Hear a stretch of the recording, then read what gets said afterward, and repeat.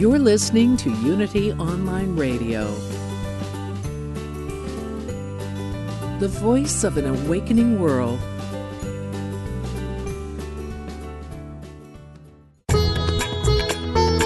Welcome to the Yoga Hour, offering insights and practices for spiritually consciously living today. Here's your host, Yogacharya Ellen Grace O'Brian. Good morning and welcome to the Yoga Hour, where we talk about yoga in all its depth and breadth as a path to spiritually conscious, fulfilled living today. I'm your co-host, Dr. Laurel Trujillo, and today our topic is the prosperity imperative. We will be discussing how we can live a prosperous, abundant life without losing our souls along the way. And I am so delighted to be joined today by the Yoga Hour founder and host, Yogacharya Ellen Grace O'Brian. Yogacharya O'Brian is an internationally acclaimed spiritual teacher, author, poet, and the founder and spiritual director of the Center for Spiritual Enlightenment, a Kriya Yoga meditation center with headquarters in San Jose, California, which also is the sponsor of today's program. Yogacharya teaches nationally and internationally and has received several community service awards, including the 2015 Mahatma Gandhi Award for the promotion of religious pluralism. And today in particular, I am very excited to begin speaking about Yogacharya's new book, The Jewel of Abundance, Finding Prosperity Through the Ancient Wisdom of Yoga, which will be released this month on November 27th in just a few short weeks. The book is now available for pre-order on Amazon.com, or if you order on Ellen Grace O'Brian website, there is a pre-order bonus available only for the next few weeks until mid-November 2018. And again, that website is Ellen Grace O'Brian, and the Brian is BRIAN.com/the-jewel-of-abundance. So the title of the book, The Jewel of Abundance, with dashes in between, or just go to the main page and you'll see a link to the book. You can find out more about Yogacharya's writings and teaching schedule at her website that we just mentioned, ellengraceobrian.com, and at the CSE website, csecenter.org. So welcome, Yogacharya O'Brian, or Umaji. I'm very delighted you could join me today on the Yoga Hour. Thank you, Dr. Trujillo, and it's really a pleasure to be in this role on Yoga Hour and to be able to have this conversation with you really about turning the tide of our understanding of wealth at this time. Mm-hmm. And right before we begin our dialogue about the prosperity imperative and wealth, let's begin with a moment of practicing what the Yoga Hour is all about. Moment of meditation, a yoga moment.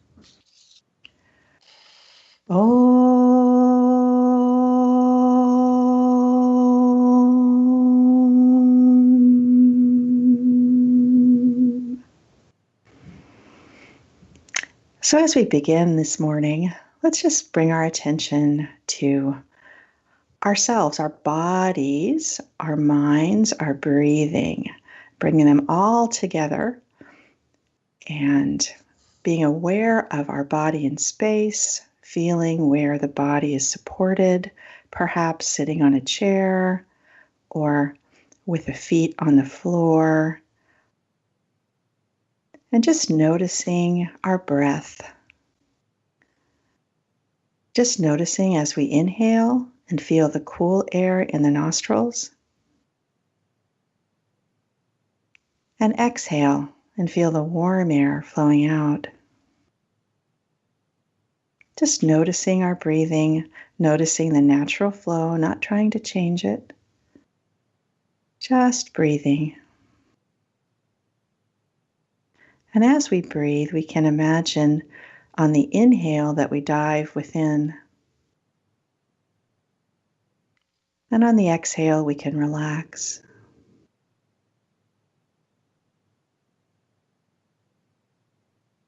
And as we dive within, we can open our heart to the essence at the core of our being. This one reality, called by many names, is within us, between us, and all around us. Everywhere we move and breathe, we are within this one reality. And imagining deep within in our hearts that we can rest there. We can rest in this essence of our being. And as we rest there, we may notice thoughts or feelings as they arise. We realize we can watch them. Watch them as they arise and watch them as they pass away. Resting in our hearts, resting in the essence of our being.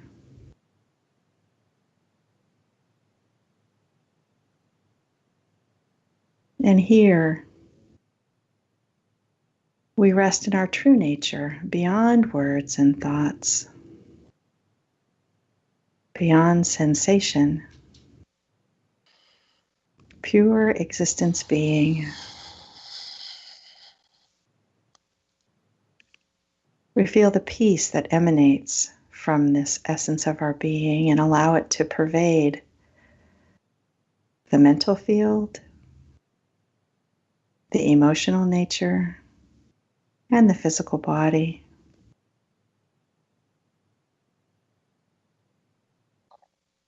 And as we draw this yoga moment to a close, let's remember that we can bring that peace with us and share it with all we meet.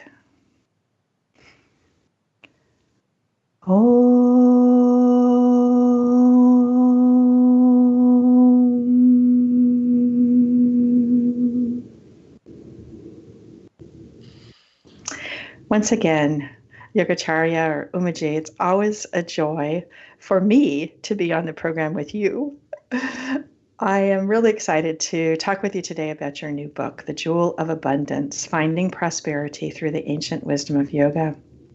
And today is the first in a series of conversations we're going to have about the book in the coming months, just as we had a series of conversations about Dharma last year. So prosperity, or the Sanskrit word is artha, is one of the 4 life goals set out in the Vedas for each of us. And I understand that the book, as I mentioned, will be available on November 27th, but again, people can pre-order now. So what is artha? What is prosperity from a Vedic perspective?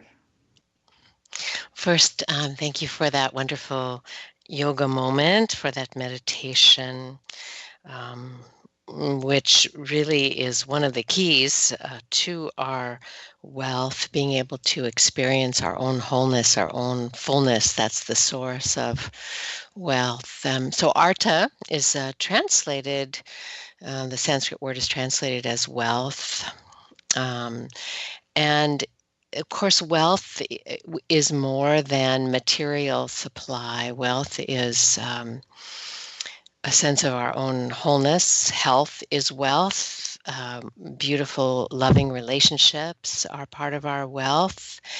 A work that is inspiring is part of our wealth. And so when we look at wealth, we look at prosperity, we really look at what it means to thrive in all of its manifestations in our life. And that is a bigger sense of what wealth is beyond simply the material level of being. And in the Purusharthas that you referred to, of course, there are 4 universal goals that the Vedas lay out for us. The first being dharma, which is to live with higher purpose. And that is based on an understanding of the universe as being sacred and divine and having a harmonious cosmic order to it that we can cooperate with. So our living with higher purpose is living in harmony with this divine order that then,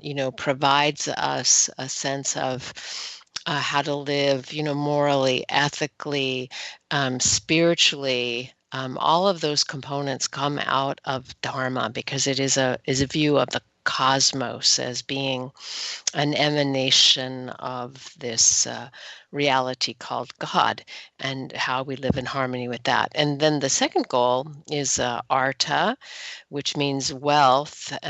But as you'll see in my book, it's not a book about prosperity in terms of how you can make a lot of money.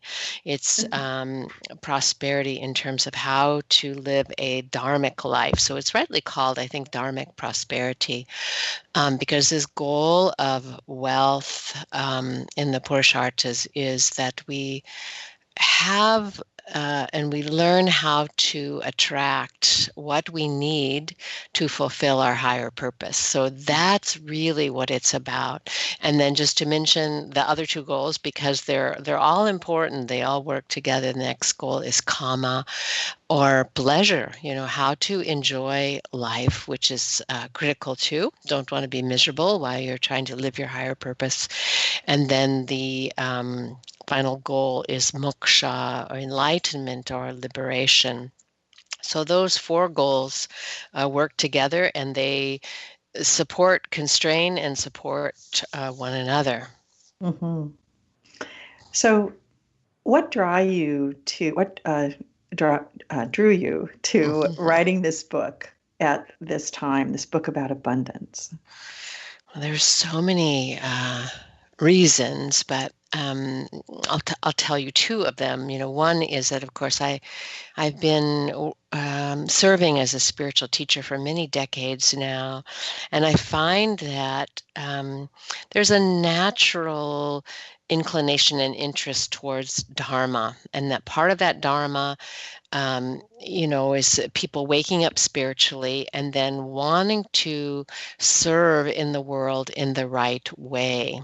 But there's very little understanding of artha, that you need the means to be able to do that. So, there has been this disconnect between living a life of higher purpose, doing what you're here to do, and then how to cultivate and have the necessary means to do that. And, part of that is the old split between, spiritual life and material existence. So I have just been on a campaign, to heal that split in our consciousness, that because it's not true in terms of the cosmological view, that there's only one reality that's expressing from the most subtle realm, to the material realm. So there's that. And also, I really am interested in seeing a proper relationship to wealth at this time. We have such disparity, this time of the rich and those without resources, such a huge gap. And people at the top, in a sense, accumulating more and more wealth, and others finding it difficult even to survive. So we live in a world out of balance with regard to artha right now. And so I really would like to see people have more access to understanding the deeper spiritual laws of wealth, that it might then contribute to a more harmonious distribution of even material wealth in the world. Mm-hmm. So thank you for that. I think it is really wonderful to look at prosperity through this lens of Dharma, so dharmic, prosperity, because in our Western material-oriented culture, we have tended to define prosperity through the number of material possessions we have, just as you mentioned. So if we have plenty of money, a nice place to live, a new car, we're seen as, quote, prosperous, unquote. But as you've mentioned, the Vedic view of prosperity is really different. So how do we consider ourselves prosperous without these outer trappings of the Western view of prosperity? Well, I think, one of the things that is obvious to us if we just look is that outer possessions, material goods, while I will have to say that, it can and does make life easier at some level. If people are struggling to have medical care, to have transportation, those kinds of things, we can't say that, having material goods wouldn't make it easier and better. It would, and it does. But there's a certain level at which that just breaks down, that beyond having the basic necessities of life, material goods don't make people any happier. So we just have to look at this accumulation and this tendency to accumulate material things, and we don't have to look far to see that actually doesn't make people happy. Mm-hmm. There are plenty of examples that we can point to, lives of movie stars or sports figures or people that we know have tremendous wealth, but who don't necessarily have happiness. And then certainly people who don't have tremendous material wealth, but who do have happiness. So looking at what the nature of wealth is, and also looking at what the nature of happiness is part of this journey, is part of this quest. What is it that is the source of our happiness?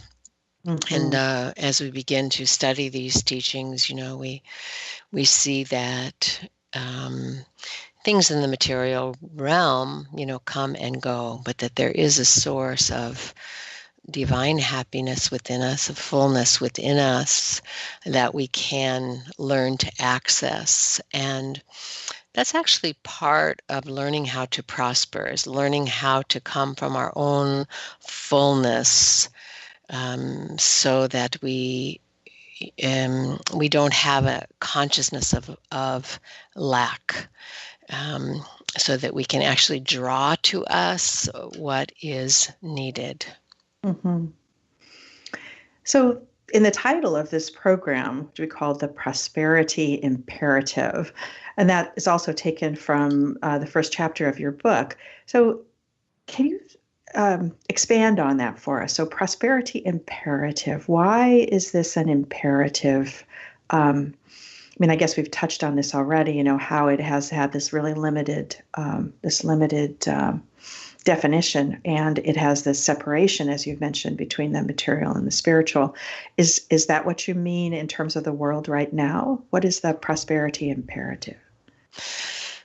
I wanted people to see that this urge that we have to thrive actually comes from the soul level of our being, that it's there with us when we come into the world, and it is part of spirit, God, Brahman, wanting to express itself in all its fullness in our lives through us. And so the first thing I think for us to understand is that prospering is natural to us. It's an urge that we have.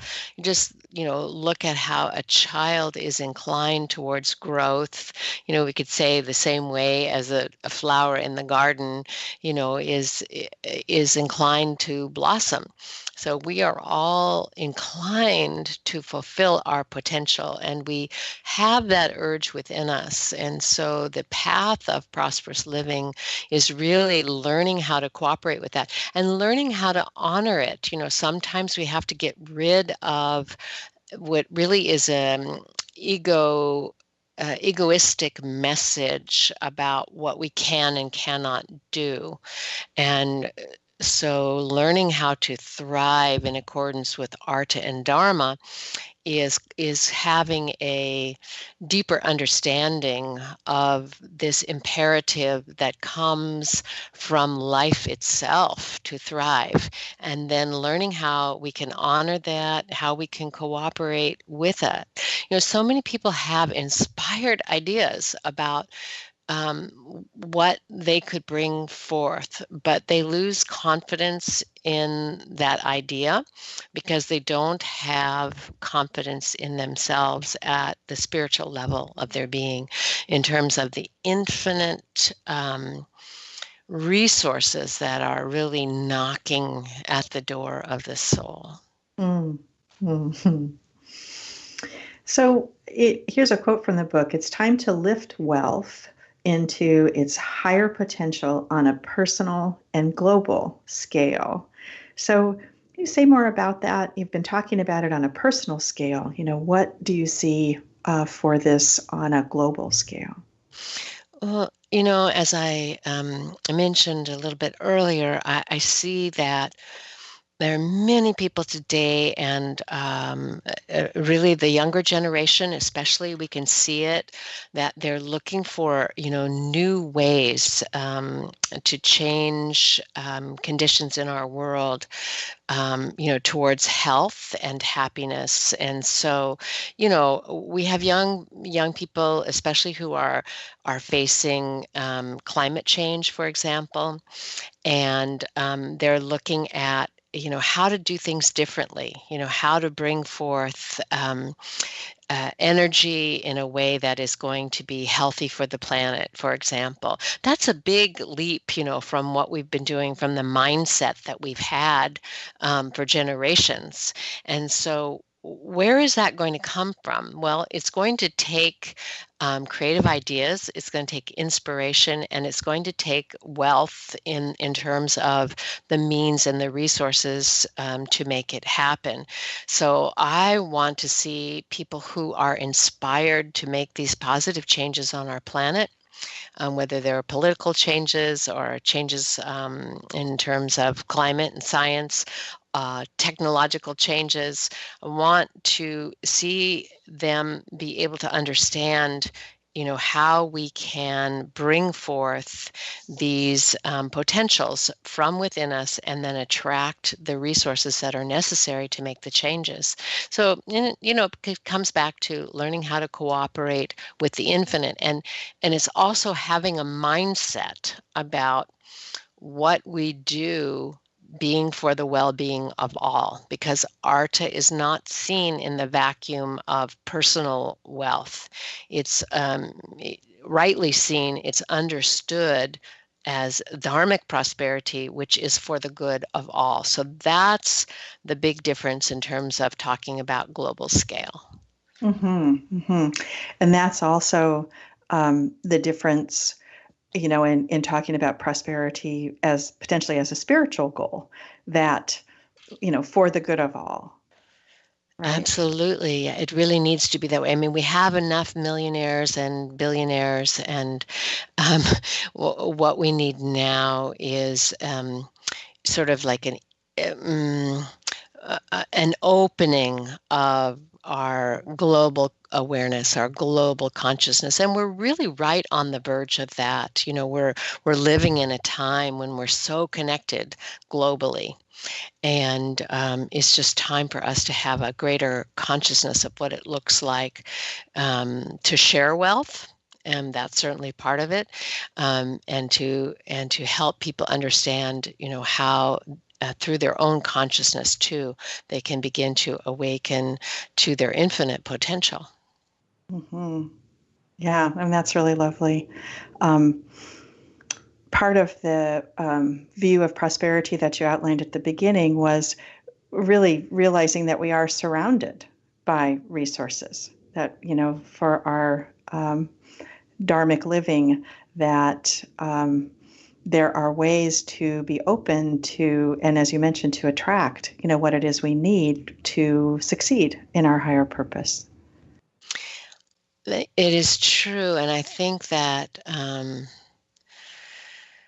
coming to offer our lives in service to something greater than ourselves.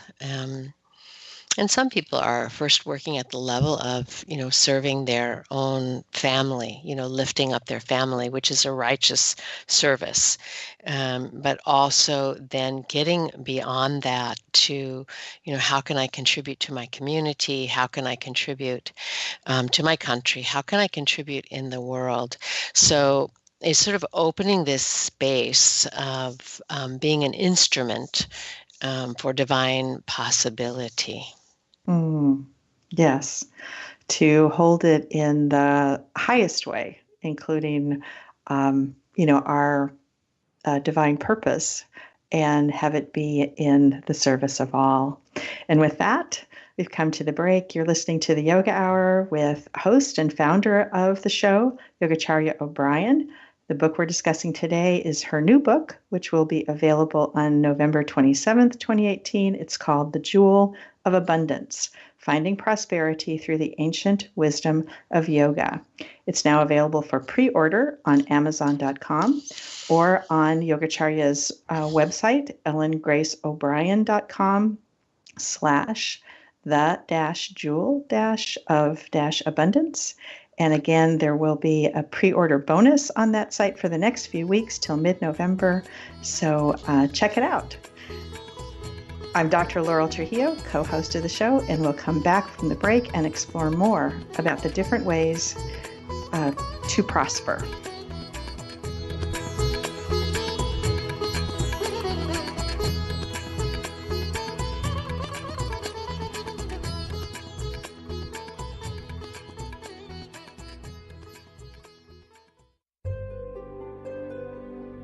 Discover the power within. Unity Online Radio, the voice of an awakening world. As Unity Online Radio continues to expand its programming and outreach around the world, we depend on the generosity of listeners like you. If you enjoy the programming, please make your donation today by going to unityonlineradio.org and click on Donate. Thank you for your support.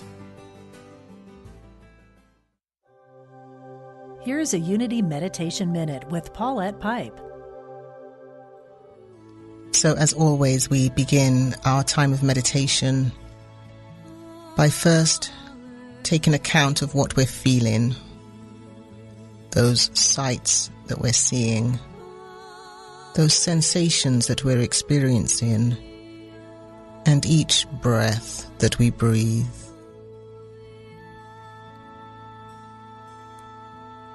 Notice where in your body you're experiencing those sensations. Let your breathing find its own rhythm as we begin the process of letting go, the process of relaxation. Remember why we're here. To hear more from Paulette Pipe and Touching the Stillness, visit the archives section at unityonlineradio.org. Did you know you can reach Unity's 24/7 prayer ministry online? You don't even have to give your name to know the prayers have begun for you or those you love. Someone has been praying around the clock at Silent Unity since 1890, and every request is taken into prayer for 30 days. Why not let us pray with you too? To submit your prayer request to Silent Unity online, go to unity.org and click on prayer, or call 816-969-2000. Grief can bring you down, but it doesn't have to take over your life. From Grieving to Believing is a transformational weekend taking place November 16th to the 18th at Kripalu Center for Yoga and Health. Join grief expert David Kessler, spiritual medium Maureen Hancock, and Paul Denniston, the creator of Grief Yoga, in the beautiful Berkshires of Western Massachusetts. This unique event will take you into deep soul healing, addressing body, mind, and spirit. Reserve your space today at kripalu.org. Search Grieving to Believing. Discover how to connect with our loved ones on the other side with Suzanne Giesman and Messages of Hope. Tune in every Thursday at 3 p.m. Central as Suzanne shares evidence that love never dies. An evidential medium, spiritual teacher, and author, Suzanne brings hope and healing through her gift of communication with those who have passed. Suzanne brings messages of hope and love that go straight to the heart. Tune in this Thursday right here on Unity Online Radio. Call now with your question or comment. 816-251-3555. That's 816-251-3555.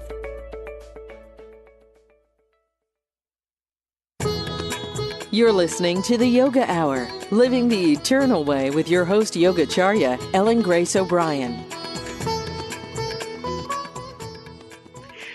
Welcome back to the Yoga Hour. I'm Dr. Laurel Trujillo, co-host of the show, and here today I feel so fortunate to have Yogacharya Ellen Grace O'Brian to be discussing her new book, The Jewel of Abundance, Finding Prosperity Through the Ancient Wisdom of Yoga. Yogacharya also released an award-winning book of poetry last year in 2017 called The Moon Reminded Me. And again, you can find out details about her books on her website, ellengraceobrian.com. So, Luigi, The Jewel of Abundance is the title of your book. So what's the significance of that title? It's so amazing where that comes from. It actually is the spiritual law of abundance that is stated in Patanjali's Yoga Sutra, the classical text of yoga practice. So the subtitle of my book, Finding Prosperity Through the Ancient Wisdom of Yoga, much of the teaching in the book is drawn from Patanjali's Yoga Sutra, as well as some from the Mahabharata and Upanishads, and also some other world scriptures, but primarily from those yoga scriptures. And this law of abundance is offered as one of the yamas or restraints of yoga, which are the principles of ethical living. And this one in particular, that has to do with our wealth, says that when we are established, meaning we have the consciousness of, when we are established in non-stealing, we experience the jewel of abundance. So what we find in the teachings of yoga are really metaphysical principles to live by. And this one, with regard to wealth, says you need to change your mind about wealth and acquiring, and get out of the consciousness of stealing, taking what does not belong to you, acquiring what you cannot afford, but come into an awareness of your true sufficiency. And let your life, your action, your thoughts, your actions proceed from that. And you will find that you will draw to you all the jewels of abundance. Yeah, it's really beautiful. So, as you mentioned, this yama or ethical principle of non-stealing. So, obviously, that also sounds familiar from the Bible, which has the commandment that says, "Thou shalt not steal." So, what's the relationship? Are we talking about the same thing? I think so. I really think so. And we find it, offered first as a prohibition in both traditions. Like, don't take stuff, right? Don't appropriate what is not yours, either physically yours or by right of consciousness.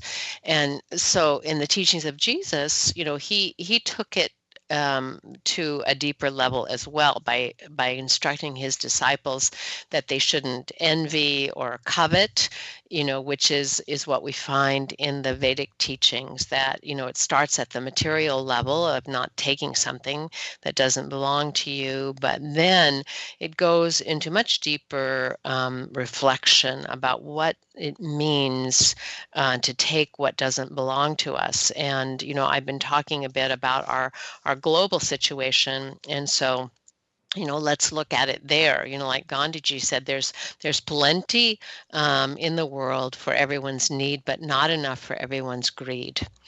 And so when we look at using more resources than we need, or having more things than we can even appreciate, I find today there's sort of a crisis of stuff, right? Like mostly everybody has too much stuff. And it's, like now in the neighborhoods, I mean, it used to be people would have garage sales, but now people don't even want to buy more stuff for 5 cents. So people are putting boxes of stuff out on the curb and saying, please, take this, it's free, right? So it's like having more than we can use or appreciate is, in a sense, stealing resources from our children and grandchildren. So, that we look very deeply into how we live, and, envying the success of another, for example, is another form, more subtle, of stealing. But ultimately in yoga, it gets turned around. So if, for example, the non-stealing, we look at what is the opposite of it, and the opposite of it would be, generosity, right? And so ultimately, the fulfillment of not taking is giving, and that's how we begin to live a life of prosperity, as we develop a consciousness of wholeness, of fullness, and we learn how to give. Mm-hmm. Mm-hmm. And there's so much there. There's so much richness there.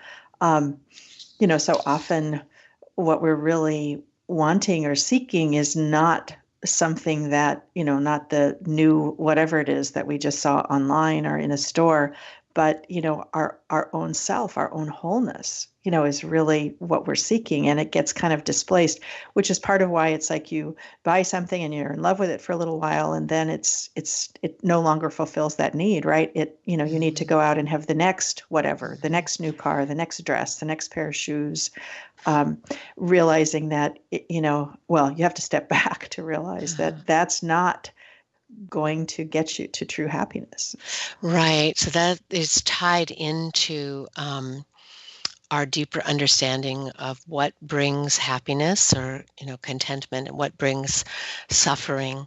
And so it's a wonderful path. I've talked about this path of prospering as a spiritual exercise, as a spiritual path, a way of contributing to our awakening, because it has us look very deeply into these questions, and not with a sense of guilt or shame, but looking at, how can this be part of waking up to our wholeness and to our role as global citizens. And so, part of it is exploring, what we're actually looking for, as you mentioned, and what we think we're going to get, and what is it that's driving us. Sometimes we're looking for what we think will bring us happiness, or maybe freedom, or, I am ever amazed, having grown up through the ever enhanced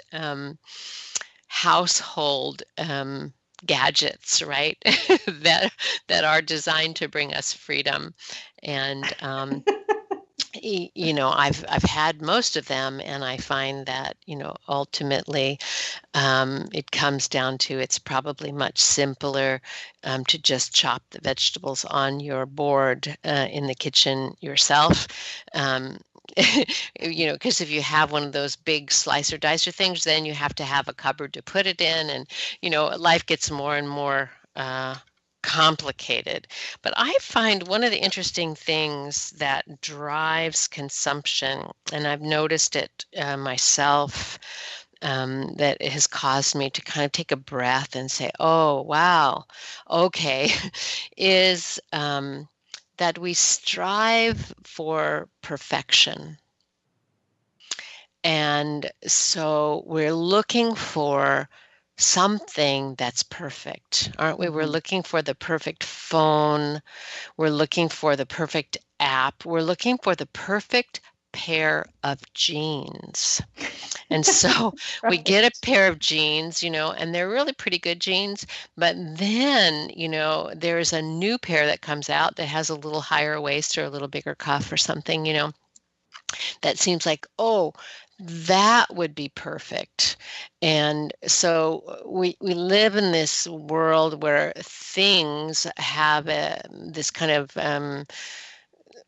aura about them that has to do with this is going to be perfect. And so I think we need to back up and see that this striving for perfection is never going to come at that level, and that what is perfect is our essence of being. And once we can be more connected to that, we can be freed up from this outer striving for perfection.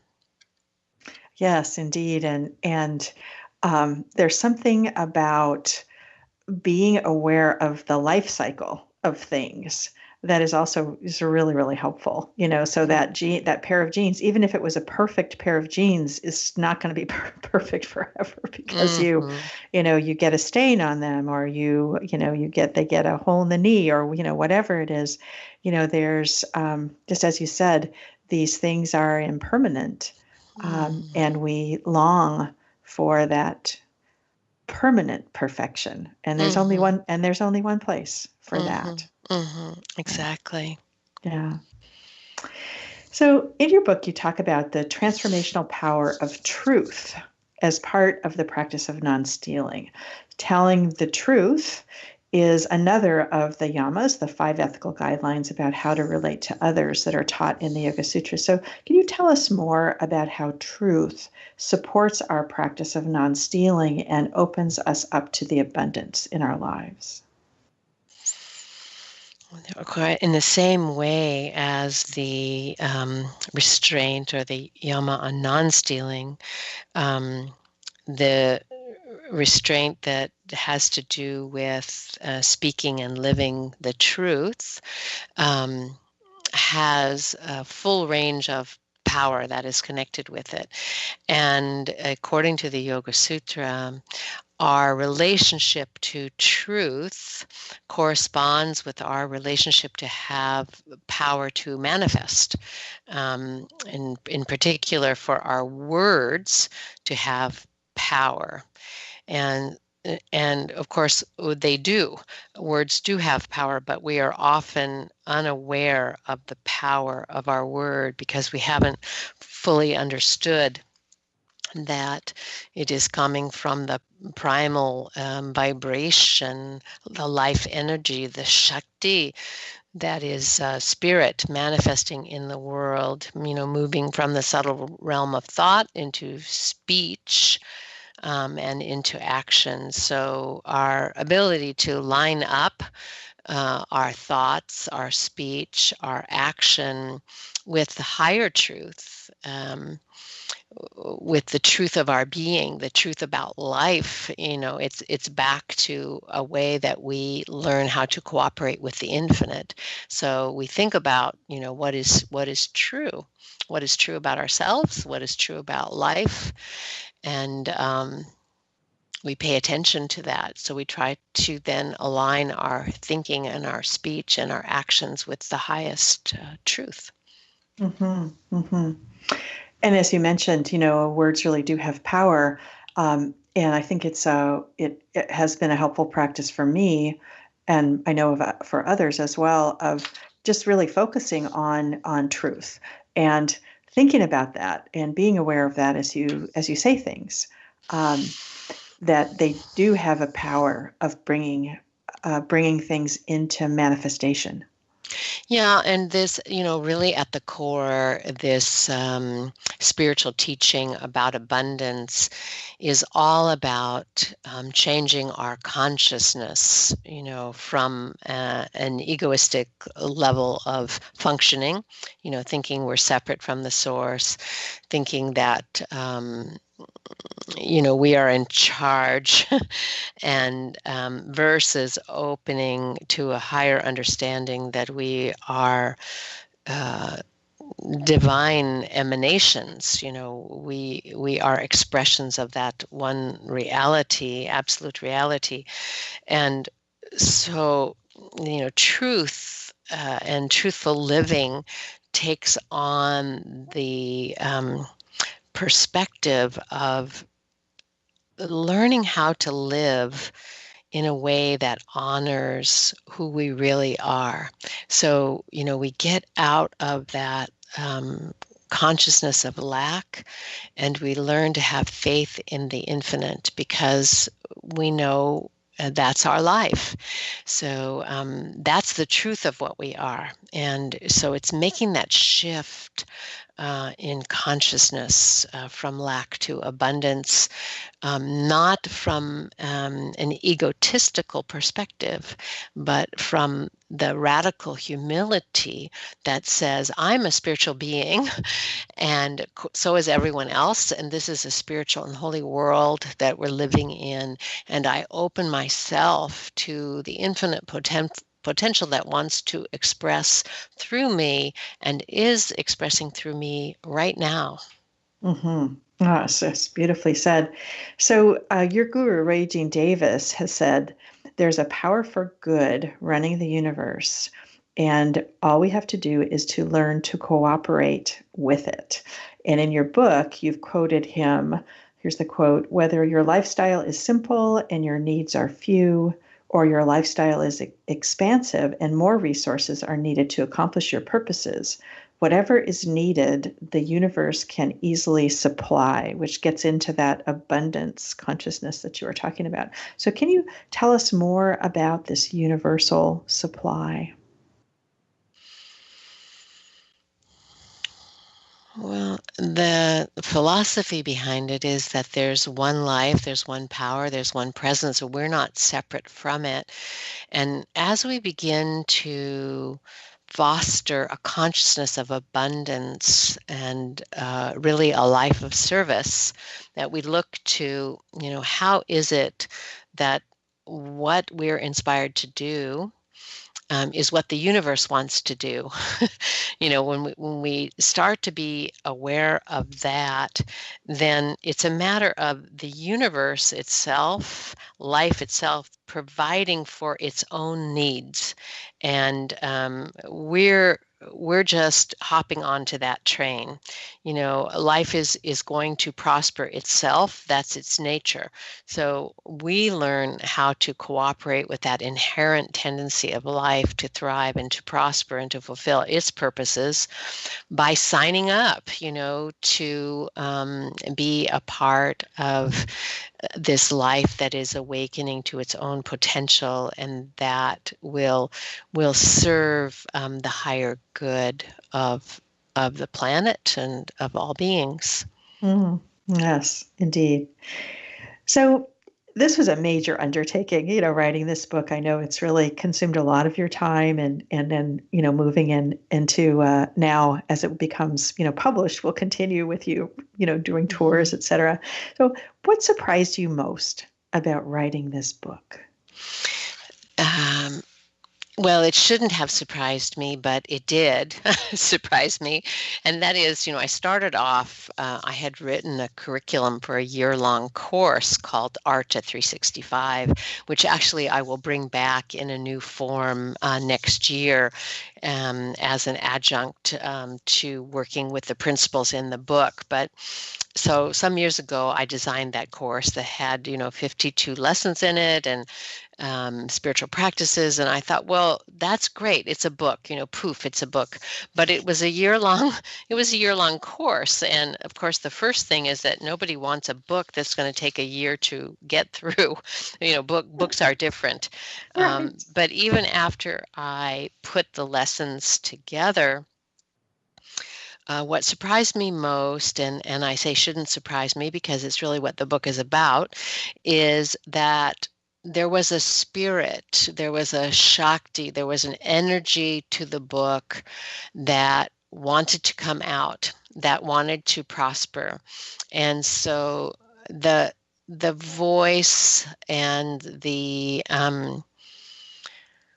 way in which the teachings came out in the book is quite different than the lessons that it came from, because it was a way in which my own soul, my own spirit unfolded into what the book could offer. And so, of course, every day I prayed, and I have a picture of Lakshmi that I'm looking at right now that's like over my computer, and she's considered, the goddess of wealth. She's the one that you see with the beautiful gold coins pouring out of her hands. But I say in the book, yes, she is goddess of wealth. There's the gold coins coming from her hand, but in her other hand, one of her other hands, is a lotus that symbolizes enlightenment.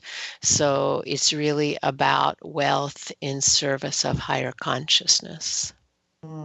Yes, a beautiful image of the lotus in one hand and the wealth, as you were saying, representing the dharmic prosperity. It's really what we're talking about, right? Yes. So let's see.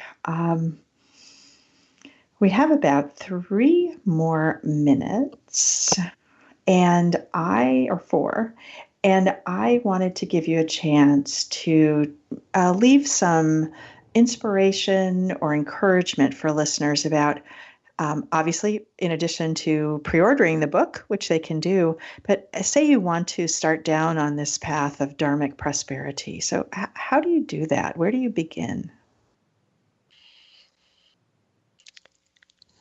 I think the first step is spiritual realization, is knowing that as a spiritual being, you are whole, complete, you are divine, you are already a prosperous person. So you can begin in just one moment to make the change from lack to abundance by changing your mind about who you are. We have all been in the place where we feel like we need love, we need money. And when we have that consciousness of I need, the mind is very troubled, and also we are not attractive. We tend to repel actually the very thing that we want. And so the fundamental thing is to begin by changing the mind from lack to abundance, regardless of what externals look like. We begin with that first step of acknowledging, I am a spiritual being. I am divinely endowed with all the qualities of God that are within me as potentials, as seeds within my own consciousness. And as I open myself now at this time in my life to prosper and to thrive and to be successful in all ways, I begin by acknowledging that truth of my being. Mm-hmm. Mm-hmm. Yes. So beginning with the change in consciousness, which really is where all true change, true transformation comes from. And then specific, practices, like I was reflecting on meditation, and how meditation can really help us to make that leap, to make that,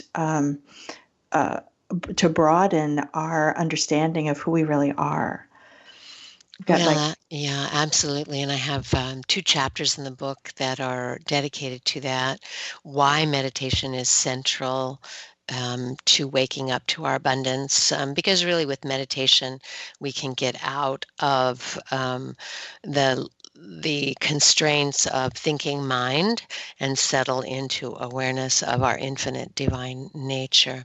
So there's a philosophical understanding of why meditation is important, besides all the wonderful health benefits we get from it. But it's a philosophical shift that happens with meditation. And then we learn how to do it, and we do it every day so we can stay grounded in the truth of our being. Wonderful. And with that, we've come to the close. You've been listening to the Yoga Hour. It's been my pleasure to share this time with you and to be here with Yogacharya Ellen Grace O'Brian. We've been discussing her new book, we've been discussing her new book, The Jewel of Abundance, Finding Prosperity Through the Ancient Wisdom of Yoga, which is available for pre-order now on Amazon.com. The book will be released on November 27th, 2018. And if you look at the Ellen Grace O'Brian website, you can also pre-order with a bonus available for the next few weeks until mid-November. You can find out more about Yogacharya's writings on her website, ellengraceobrian.com, and about her teaching schedule at the CSE website, csecenter.org. Thank you so much, Yogacharya Umaji, for this really inspiring discussion. Thank you for the opportunity to be with you on the Yoga Hour. And I look forward to speaking again with you next week, when we will be talking about more about the book and the basic spiritual law of wealth. The Yoga Hour is a service project of the Center for Spiritual Enlightenment, a meditation center in the Kriya Yoga tradition. CSE welcomes people from all backgrounds who are seeking self and God realization, a path to spiritually conscious, fulfilled living in today's world. Remember to subscribe to the Yoga Hour podcast or iTunes or Stitcher. Thank you to the Yoga Hour team, Yogacharya O'Brian, who we've been so fortunate to have with us today, assistant producers Ann Hayes and Sean Smith, CSE's Global Media Outreach Manager Holly Gray, and Jeff Comfort and Louis Pagan in the sound room at unity.fm. I look forward to being with you again while Yogacharya O'Brian is away. Until then, remember, you carry your own healing and wholeness within you. Share your peace and joy with all you meet.